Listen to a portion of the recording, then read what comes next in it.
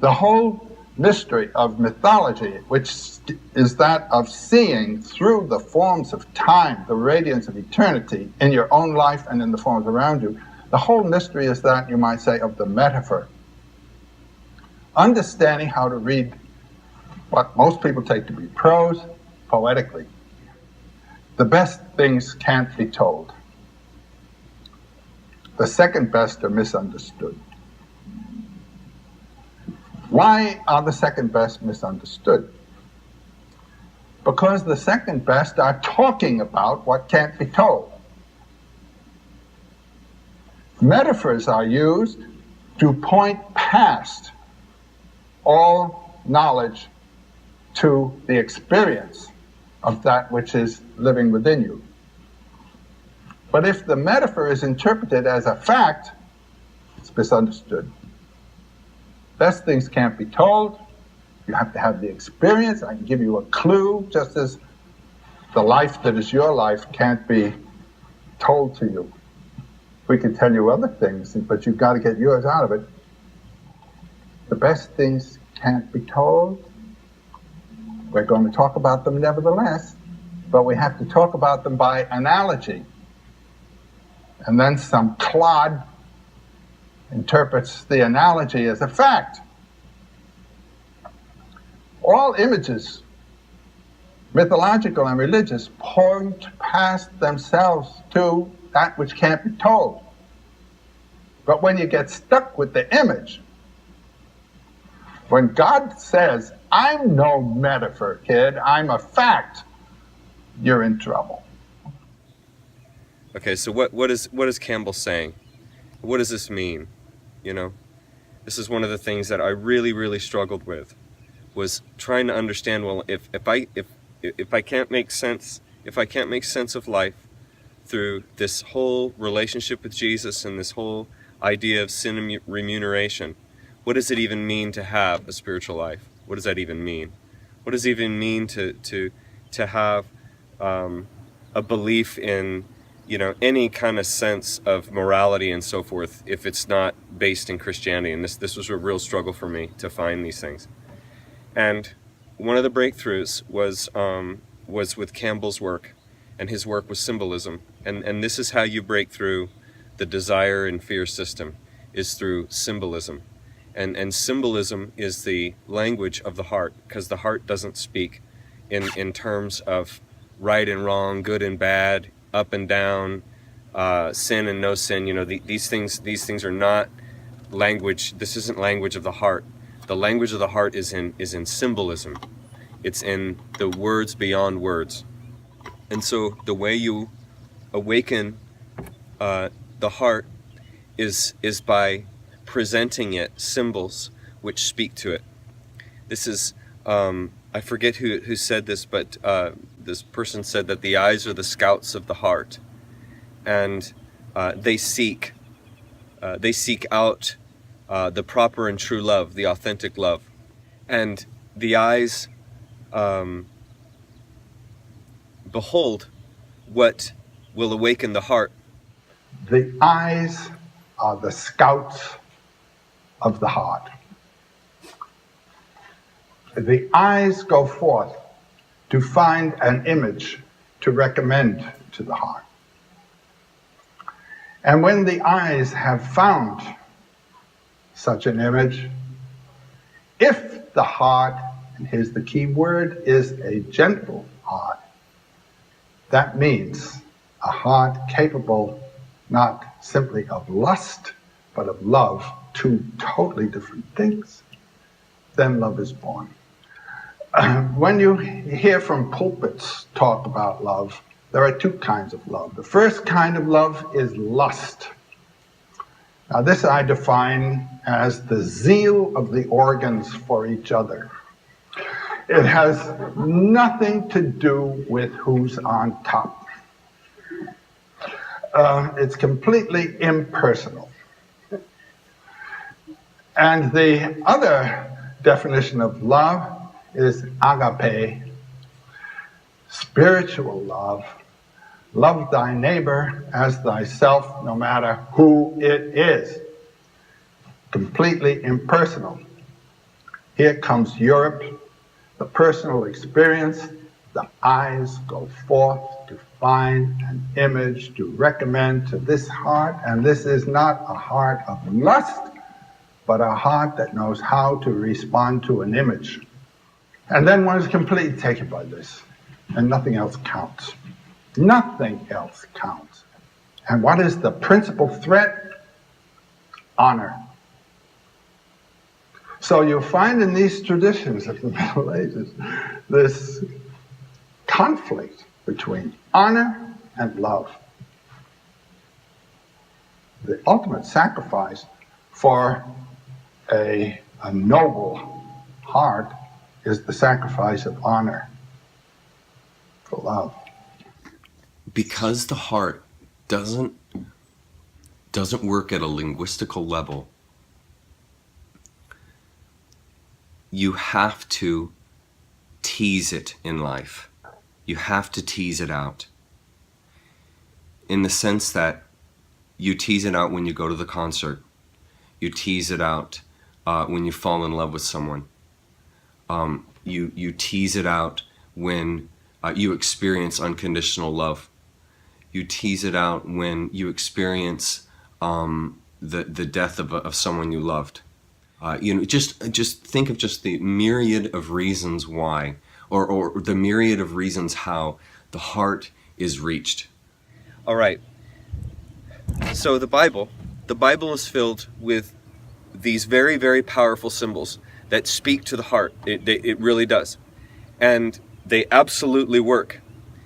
The problem is that the Bible's characteristic, the characteristic that Christianity has taken on, is to take these symbols and try and muscle authenticity, muscle love, muscle out of the person these heart renderings, these heart activities, okay?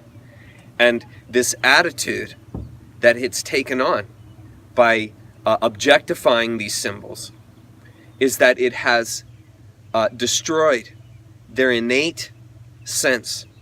It has destroyed their ability to speak to the heart because they have been consumed with selfism. They've been consumed with this idea of dualism. And these are supposed to be symbols which are transcendent, which have nothing to do with dualism, okay? All right, so follow. Okay, so when we look at the symbolism for the cross, okay, what that symbol is pointing towards is not this whole ritual of death and remuneration, okay? It is pointing towards from death comes life, okay? But the problem is it's been turned into this realistic life episode of this man dying, and that from this man's death, life, a person can know new life, okay? But this has blasphemed that symbol, because it has taken that symbol and put it into a dualistic sense. It hasn't left it to simply speak to the heart. It's forced it into this thing where it's about sin, and it's grounded it out. It's taken its voltage and it has grounded it out, meaning not ground like grind, but grounded it out like a ground for an electrical circuit. And it has impotized the symbol's ability to speak to the heart, because it's turned it into this you're getting forgiven is what's happening here. You're getting forgiven and you're getting saved from hell. Okay. Well, when we take all that away, the symbol opens. All of our experiences take place within a field of time and space. And they take place within that field because that is the field of our mentality. This is the realm of phenomenality. Phenomenon. The objects. We're all in space and time, extending in space, enduring in time. Now, if there were no space, we wouldn't be separate from each other. If there were no time, we wouldn't be separate from the people who were in this room, let's say, last week. So space and time are what give separateness. And all of our empirical experience is conditioned by time and space. However, we can have an intuitive experience that disregards time and space. And Schopenhauer speaks of this in a very important paper that he wrote some many years into the 19th century, called The Foundations of Morality. And there he asks, how is it that a human being can so experience the pain and danger and peril of another that, forgetting his own self-protection, he moves spontaneously to the other's rescue, even at the risk of his own life? He doesn't do it out of duty. He doesn't do it out of intention. It is suddenly his impulse to save that person. A child's about to be hit by a car, you go out and you get hit. This goes on all the time. Schopenhauer asks, how is it that the first law of nature, the maintenance and protection of this separate entity, can suddenly be dissolved and another principle take over? And he says, it's because you and that other are one. He said, this is a metaphysical realization. Primarily, separateness is secondary. And unity, identity, is the prime condition.